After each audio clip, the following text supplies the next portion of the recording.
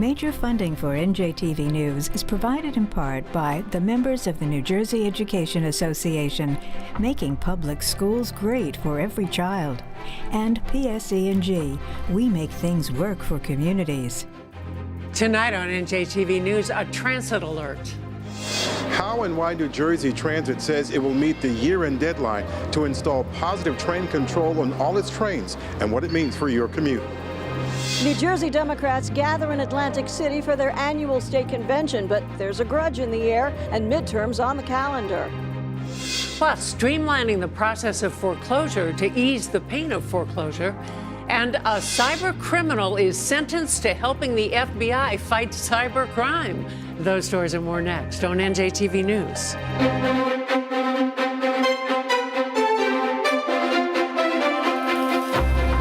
Live from the Agnes Varus NJTV studio at 2 Gateway Center in Newark, this is NJTV News with Mary Alice Williams. Hello, thank you for joining us. More inconveniences ahead for NJ Transit riders racing against a deadline to install the emergency braking system, Positive Train Control. NJ Transit's taking 18 trains off the tracks, but giving fare discounts to ease the pain. Michael Hill reports. A New Jersey Transit technician pounding away at installing a component of Positive Train Control to meet the federally mandated year-end deadline. And at this point, I'm confident we're going to get there. NJ Transit Executive Director Kevin Corbett says when he came on board in February, the commuter rail line had completed 12% of the installation on hundreds of locomotives and control cars. With 14 plus weeks to go, he says PTC installation tops 66%. Installation is taking place at 3 facilities, 2 shifts of 30 to 40 workers, and plans to add a 3rd shift. We still have a lot more work cut out for us over the next 3 months. Today, we're announcing a final series of schedule changes that I hate to have to make, but they're absolutely necessary. To finish the job, NJ Transit plans to discontinue 18 trains from mid-October to mid-January. If there was any other path to achieve this goal, I assure you we would have taken it. The transit agency knows the change will mean more commuters on fewer trains, but says its computer modeling shows no train should be overcrowded. For now, it's lowering fares by 10% across the board for the same period. I believe it's our turn to give back to our rail customers. Do the announced changes mean the end of the line for sudden and sporadic cancellations that plagued service this summer? We're scaling back so that we will not have, annulments would be very rare due to maybe mechanical or, with this revised schedule. This is what Positive Train Control installation looks like for New Jersey Transit. These engineers are installing a transponder or antenna on one of the trains. Corbett says roughly 140 trains are back on the rails, PTC equipped, but not in PTC mode.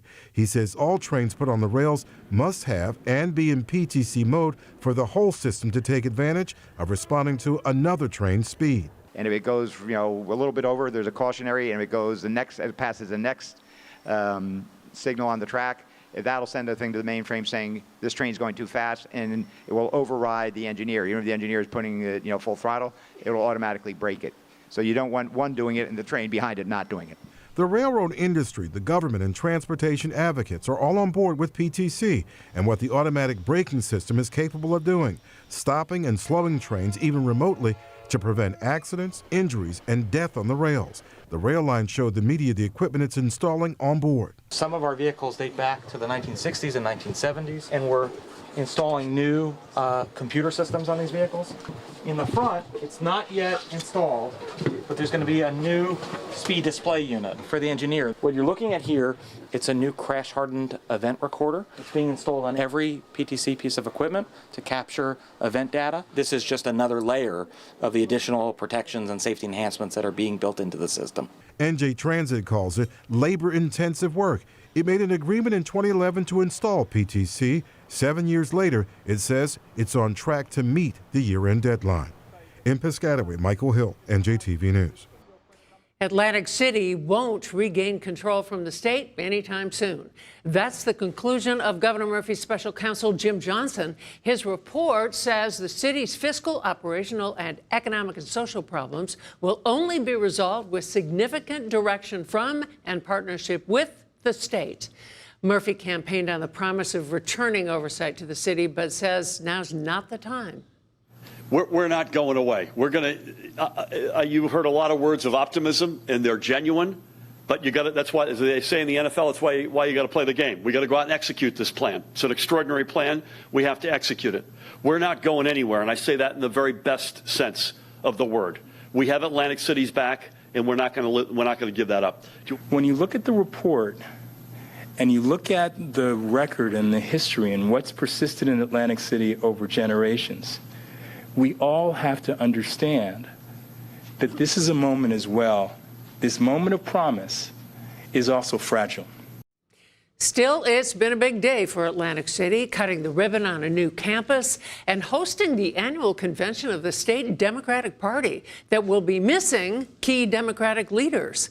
Senior correspondent Brenda Flanagan looks at the backstory. The Democrats' spat continued in Atlantic City against a backdrop of public events, including a ribbon-cutting ceremony to officially open Stockton University's Atlantic City campus on the boardwalk. 1, 2, 3. He's in town, but Governor Murphy canceled plans to speak here. The university press release noted that with a sniff of miff. A large crowd of South Jersey political luminaries gathered to mark the event, and Assembly Majority Leader Lou Greenwald minced no words. I know our governor today is in Atlantic City. I hope he hears your cheers. I hope he finds his way to walk down this magnificent boardwalk and stumble upon what is happening here today. Greenwald joined Senate President Steve Sweeney, who was welcomed effusively by university officials. He claimed there's no beef with Governor Murphy. I wish he was here, and if they had invited me to the other events since I'm here, I would have went. But, you know, again, I don't take, my feelings don't get hurt. I don't consider it a grudge. I like Phil personally. I think he'd say the same. So when we disagree, we're going to disagree, Brandon. When we agree, we're going to agree, and we're going to work together. We're working very hard on marijuana right now. And after marijuana, we're going to work on the minimum wage bill. But we got a lot of work to do. But Sweeney freely admits he's still irked by State Democratic Party Chairman John Curry's taking the governor's side against the legislature during bitter budget battles this spring. Is that why you're not going to the convention? Look, I just think John has shown a great deal of disrespect to the legislature, and myself as a Democrat. As Democrats, we are allowed to disagree, and you're not supposed to, as the leader of the party, choose one side over the other. Sweeney pointedly will not join Murphy tonight at the party's annual Democratic State Committee convention here in Atlantic City. Neither will Assembly Speaker Craig Coughlin. Greenwald and Senator Loretta Weinberg pleaded prior engagements, but there are also no-shows. We asked Murphy, who was down the street at a news conference, how he could rally the party faithful without top Democrats in attendance. We have a pretty darn unified party. I'll let them obviously speak for themselves. And I think, as I've said before, there's a lot of noise, but the substance is we have an overwhelming amount of agreement on what it is to be a Democrat and where we want to take this party in this state. You're going to see a very fired up, passionate, and united Democratic Party. Murphy says the party's got a lot of planning to do with midterms looming on the calendar. He'll be there at the convention tonight with Senator Cory Booker, but without the top Democrats from the legislature. In Atlantic City, I'm Brenda Flanagan, NJTV News. Party Chair John Curry did issue a statement saying the committee will be using every resource available to support Democratic candidates throughout the state ahead of the midterm elections, working to flip the House by supporting congressional challengers. NJTV News will be covering the convention tonight. Battleground New Jersey does have another tight-as-a-tick congressional race taking shape. A new Monmouth University poll of potential voters in the 7th congressional district shows Democratic challenger Tom Malinowski with a narrow 47% to 39% lead over Republican Representative Leonard Lance, who was first elected a decade ago in the district that is home to the Trump National Golf Course in Bedminster. Now to the state's business news, topped by a jobs report. Standing by at the Strategic Development Group studio at the NJCU School of Business is Rhonda Schaffler. Hey, Rhonda. Hi, Mary Alice. The pace of hiring slowed dramatically in New Jersey last month. The State Department of Labor and Workforce Development says 1,600 new jobs were created in August. That is down significantly from July, when 6,600 new jobs were reported. And that July figure was revised downward from previous estimates of 13,000 new positions. This latest report showed New Jersey's unemployment rate held steady at 4.2%. That is worse than the national average, which stands at 3.9%. 10 years after the worst recession since the Great Depression, is New Jersey prepared to handle another downturn? According to two credit ratings agencies, New Jersey is not as prepared as most other states. Both Standard & Poor's and Moody's say the state's budget reserves are too low. New Jersey has about 2% of its total budget in a rainy day fund. Moody's says the typical state would need to have about 11% in such a fund to get through a recession without cutting spending or raising taxes. S&P says New Jersey is one of 15 states at elevated risk should a downturn occur. A spokeswoman for the state Treasury Department says the Murphy administration is working to build a healthier surplus. Looks like the flag is about to be raised for the state's horse racing industry. A spokesman for State Senator Vin Gopal says the Senate Budget Committee is set to vote next week on a bill to provide a $20 million appropriation for New Jersey's racetracks. Monmouth Park would receive half of that. The money would be used to supplement purses and to help generate more revenue. Meantime, legislative action to legalize and regulate recreational marijuana use appears to be up in the air at the moment, as there's disagreement over how to tax it. A copy of draft legislation obtained by NJ Biz included a tax rate of 10%. Now, previous versions of this bill proposed an initial tax rate of 10%, increasing each year and eventually settling at 25%. Meantime, Senate President Steve Sweeney told NJ 101.5 today he wants the state to phase out its taxes on medical marijuana. On Wall Street, big day today. Stocks back to hitting records. The Dow surged more than 250 points. It's the first record high since January. The S&P also closed at a new record. And those are your top business stories.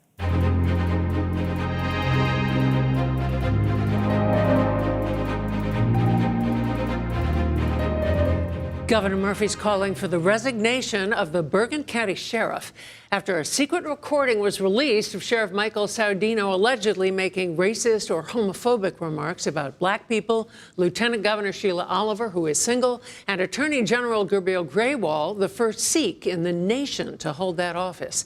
The recorded conversation contains language that's not suitable for television, but Governor Murphy called the comments, quote, appalling, and said anyone using racist, homophobic, and hateful language is unfit for public office. Sheriff Saudino could not immediately be reached for comment. The frightening prospect of facing foreclosure is compounded by the confusing deadlines and appeals of the foreclosure process. As Leah Mishkin reports, lawmakers are now holding a series of hearings to help ease housing concerns for those still chasing the dream. In the audience is Ajay Kajala. He says he had a home. He had a good job. But when the market crashed, he fell behind. In the process, he had his home foreclosed, and he says he never had the chance to save it. He says he never got discovery. The laws which are supposed to protect us as homeowners, okay, those are not being followed by the banks and also by the judiciary. The Assembly Housing and Community Development Chair says they're holding these hearings to find solutions to close loopholes. It's a system that doesn't work in favor of the people. In 2017, New Jersey ranked #1 in the nation with the highest foreclosure rates, according to data compiled by Adam Data Solutions. The current rate is 1 in every 718 homes. But the clerk of the Superior Court says the number of pending foreclosures on the court's docket is roughly 5 times less than it was 5 years ago. We have 24,335 cases that are currently on the docket. Less than 19,000 of them are residential. And of that, only 5% say my mortgage is wrong, there's some kind of fraud, I'm being mistreated. But that begs the question, are people giving up because they're not aware of their rights? The president and CEO of Housing and Community Development Network New Jersey wants to see additional resources put in place to help guide people through the process before they face permanent foreclosure. We also want to make a disincentive for banks and other financial institutions to foreclose on people. Bank repossessions in the state are at an 11-year 11-year high, which goes against the national trend of an 11-year low. Legislative liaison Allison Jones addressed the committee with some of the solutions brought forward by the Supreme Court Special Committee on Residential Foreclosures to make the process better. Trying to get a better handle on the time between when a homeowner is informed that a foreclosure is going to occur and when that foreclosure complaint is actually filed with the court. Right now, that time frame can be significant, and it's often confusing to people. The report also recommends creating a database of foreclosures statewide, from the pre-complaint process all the way through the sheriff's sale. The whole system has to be looked at and revamped to make it best for the people. That's the bottom line. Because as the system currently stands, people like Ajay Kajala face pending eviction. Now I'm forced to become a lawyer because no lawyer wants to take such a case against the judiciary. But he says he's not going to stop fighting.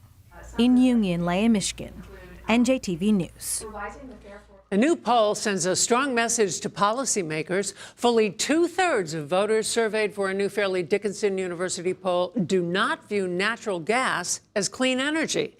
That's a 23% increase since 2016. It also shows 3/4 want New Jersey to achieve a goal of 100% of renewable energy by the year 2050. The state's enlisting the public in crafting its new energy master plan. Today, a hearing that drilled down on transportation technology. Andrew Schmertz has this report on Peril and Promise, the challenge of climate change.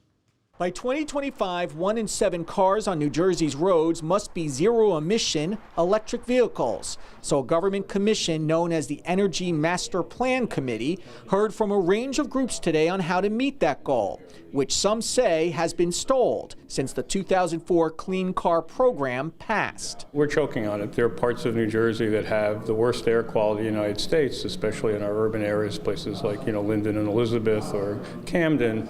And so if we really want to reduce greenhouse gases and reduce air pollution, we need to electrify our transportation network. The committee is made up of members of the State Board of Public Utilities, and at today's hearing, they listened to testimony focused on transportation solutions.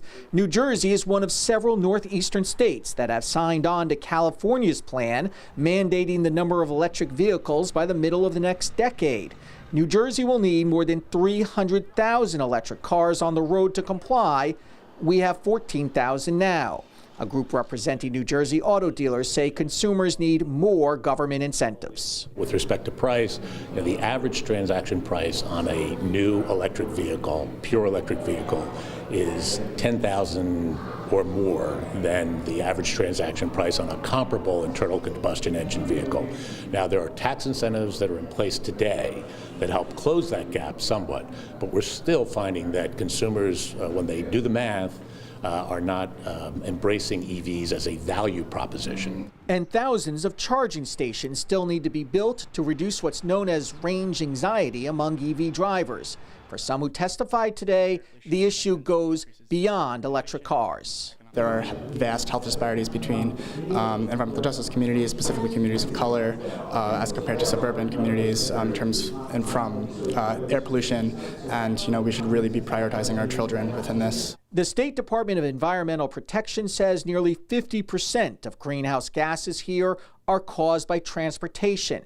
7 in 10 Garden State residents commute alone each day by car, according to the most recent census. A place like Newark has incredible concentrations of cars, trucks, goods being moved from the port. And so they're breathing it on the bus, they're breathing it on the street as they're walking to school, and they're confronted with it every day. New Jersey's law sets a goal of selling 24,000 electric vehicles this year, but the group representing car dealers say they'll sell about 2,000.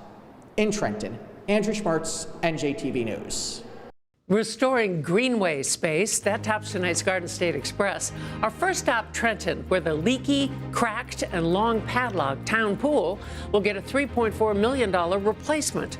The mayor and state officials put ceremonial shovels in the ground to start the project that will also include renovating the historic pool house and adding a pavilion, picnic areas, and 2 splash pads, one for toddlers. It's scheduled to be completed in time for the 2019 summer swimming season.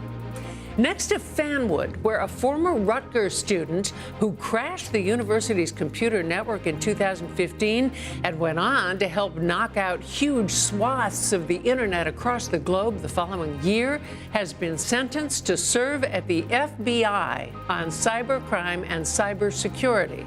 22-year-old Parash Jha pled guilty last December, and federal prosecutors say his cooperation since has substantially contributed both to active, complex cybercrimes investigations and broader defensive measures. The man who once called himself Dread must also serve 5 years probation, pay $127,000 in restitution, and abandon substantial amounts of ill-gotten cryptocurrency. Finally, East Rutherford, where the New Jersey Hall of Fame has finally found a home at the soon-to-open in the Meadowlands American Dream, which has actually been in progress longer than the Hall of Fame has existed, 16 years. Next week, the 53-foot trailer that's housed the Hall of Fame for the last decade will be parked near the site of the forthcoming Hall Museum, so tributes to Frank Sinatra, Bruce Springsteen, Harriet Tubman, Albert Einstein, Meryl Streep, Whitney Houston, Alice Paul, Jack Nicholson, and Jon Stewart will be right there alongside other American Dream attractions like Legoland. And that's our Garden State Express for Thursday, September 20th. Something up in your neighborhood? Tip us off.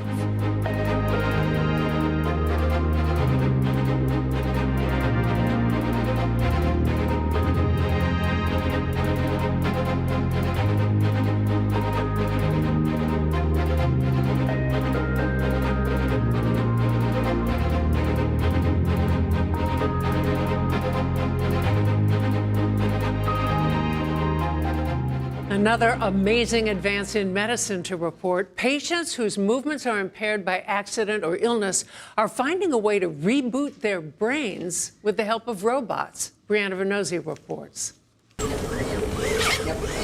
For the first time in over 14 months, 57-year-old paraplegic Greg Foti is feeling sensation in his legs. My mind's sending the signals down to my legs to walk. And actually, I'm now getting the positive feedback back to my brain saying, yeah, we're walking. These precious steps are thanks to a robot called the Lokomat, one of 13 new pieces of robotics at the Bacharach Institute for Rehabilitation's Klinghoffer Neurorecovery Center. And these machines are changing the future of physical and cognitive therapies. You feel a difference? These machines can help people do the necessary exercises so many more times in a short period of time. So the brain is rewiring, they're getting the benefit. Patients are enthusiastic, they're engaged in the process. Combined with conventional PT, robotics are proving longer lasting and farther reaching results. Patients like Foti, who suffered from blood flowing to his spinal cord after a surgery, go through a carefully curated series of robotics, starting with a standing frame. From there, they go to the Origo, where they'll start to have their lower legs move, and they can help that movement, as well as be in an upright standing position. From there, they'll come to the Lokomat, where they can have their lower extremities move for them, and again, assist it in that walking motion. Eventually moving on their own with what's called the Andago. The idea is the more I do this, the more I continue to improve that communication. And once I get past the communication blocks, there's nothing to stop me from walking. For 18-year-old Anthony Marquez, who injured his spine at a trampoline park, the interactive therapy with this robotic arm gives him extra motivation. Whenever I get like 2 stars, it always pushes me and kind of want to get the third one, which is the highest you can get.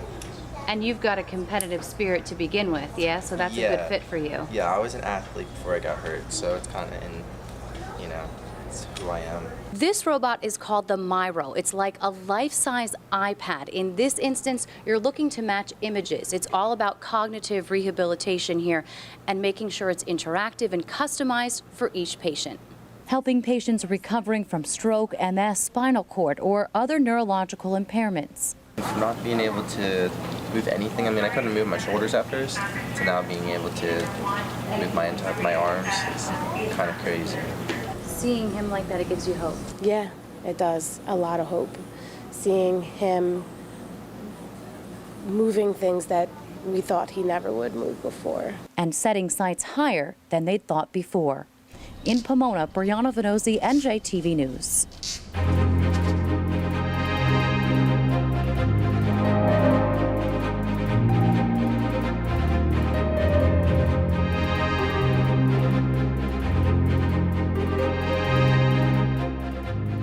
Now, some noteworthy facts that help you know Jersey. New Jersey Transit says it's completed more than 66% of positive train control projects. The American Lung Association says Newark, New Jersey has the nation's 10th highest level of ozone air pollution. There are 3 horse racing tracks in New Jersey, and Stockton University opened in 1969. If there's someone who you'd like to get to know Jersey, share. Use hashtag KnowJersey tomorrow on NJTV News. The state Democratic Party's plans for the midterms and more. And tonight on NJTV, the fall kickoff of the Great American Read. To share any story you've seen tonight, go to njtvnews.org. I'm Mary Alice Williams. For all the men and women of NJTV News, thank you for being here. We'll all be here tomorrow. See you then.